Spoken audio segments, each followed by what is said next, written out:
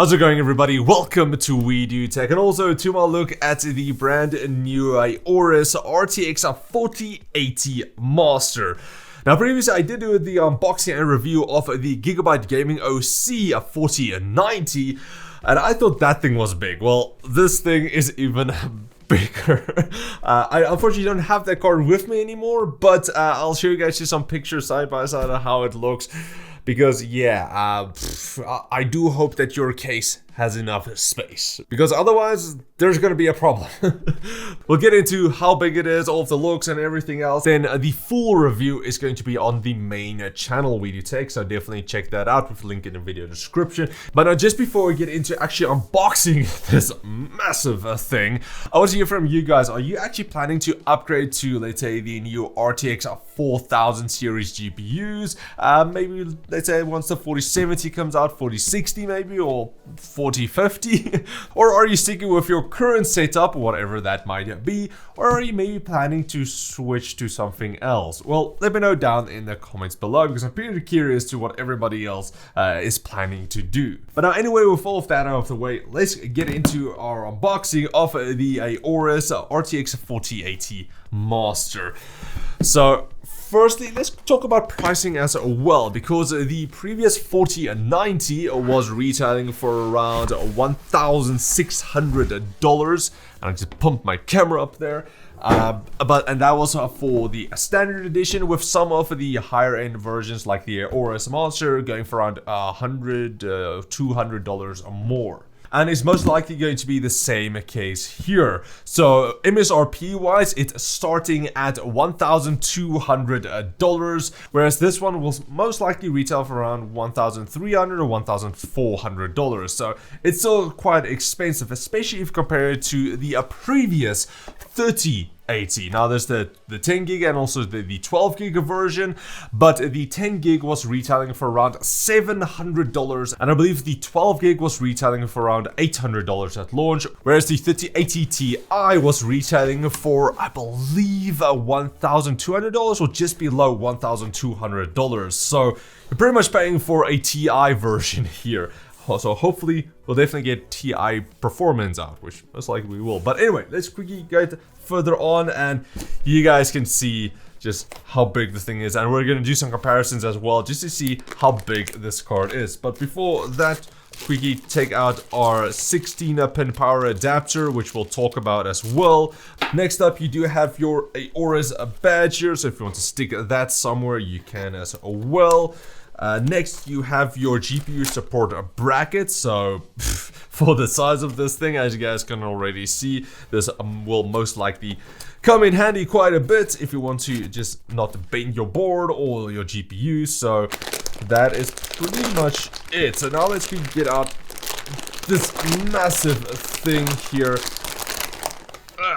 And it's already so heavy. Jeez. Alright, so here we have it, and you guys can already just see how massive this thing is. So let's get it out here and actually see. Jeez.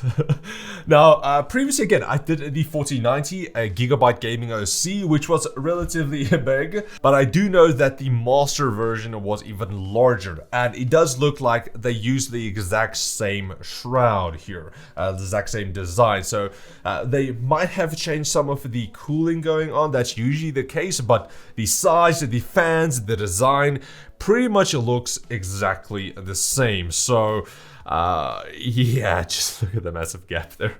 But we'll go over everything because there's so much to actually talk about here. But now then, if you want to see a more graphics card videos, either reviews, benchmarks, unboxings, all of that, then definitely subscribe to this channel, and then also the main channel, again, linked in the video description, because I do have a couple of more of them to come in the future. Alright, now with all of that out of the way, we can finally actually getting into the design and size and everything else about this card. So again, as you guys can see, this card is absolutely massive. I will leave all of the dimensions down here somewhere so you guys can just see how big this thing is.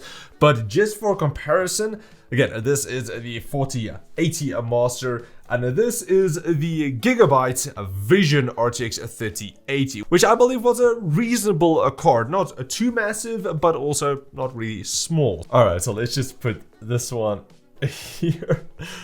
So right there you guys can see just how crazy big of a difference that is. And again, this is just the previous generation of the card. I know this is not the Master. The Master was also larger, but just in comparison to these, it's such a big difference. So that is just how much longer this card is. Now you guys can look at the front, just how the different thickness it is. You can also put it to the side here so you guys can see it like that. Just look at how much thicker this card is. So this is pretty much a 4-slot card. So rip any ITX plans you had for this card. It's definitely not going to fit, because some of those cases are only like 3 slots or sometimes even 2 slots. So yeah, I don't think this card is going to fit there. But again, just look at that size comparison. It's taller, thicker, and it's just an entirely different beast altogether. So yeah, again, make sure that your case will be able to support this card. Otherwise, there's going to be a bit of a problem. So I just wanted to do it like this as well. So that is compared to my face. Look at the size comparison there. I mean, just the fans on this card. So I think these are 110mm fans compared to the 90 on the Vision here. So these are almost full desktop size fans, which you didn't expect to have on a graphics card. So ooh, yeah, so these fans, just like the previous ones, the middle one spins clockwise and these ones counterclockwise for better air turbulence. Now cooling wise, of course, you guys can just see how thick, again, this card is with all of the fins going on here. Heat pipes also, there's plenty of those. And you have this massive air outlet here at the back for cutout here for the back plate, which also looks pretty nice here, I have to say. But again, this is to help the air pass through and help cool the GPU better. And that also shows you guys just how short the PCB actually is. The graphics card only actually reaches all the way to there. That's actually the graphics card. This is just for extra cooling. Now I didn't have any problems with cooling on the 4090, but it did reach to around like 70 degrees. So we'll see how this one does again later on. As well, you guys can see now the 16-pin power connector, which we'll quickly talk about. Now that was a bit of a controversy issue going around, that some of the 4090's 16-pin power connectors actually caught like burnt and also damaged not only the power adapter but also the card itself with the power connector there. And that was to do with, I believe, the soldering on the connector here. If you did bend it too much, that actually damaged the soldering and that caused it to actually burn out because there was just too much power going through that soldering. Now for the 4090, that one actually had 4 connections, 4 8-pin connections here, whereas this one only has 3. So that hopefully will reduce some of the power needed to go through the soldering and not have the same issue. Now it only was an issue with the included NVIDIA adapters, not with the third-party ones. So hopefully, again, this one is going to be better, but there was some returns and some cards being replaced and so on. So we hope that's going to be the same case here, but I would still say don't bend this adapter too much. And hopefully later on we'll see more power supplies with dedicated 16-pin connectors. The nice thing at least is that it's really small, but it is in the middle of the card, so you will see how it actually looks in your system.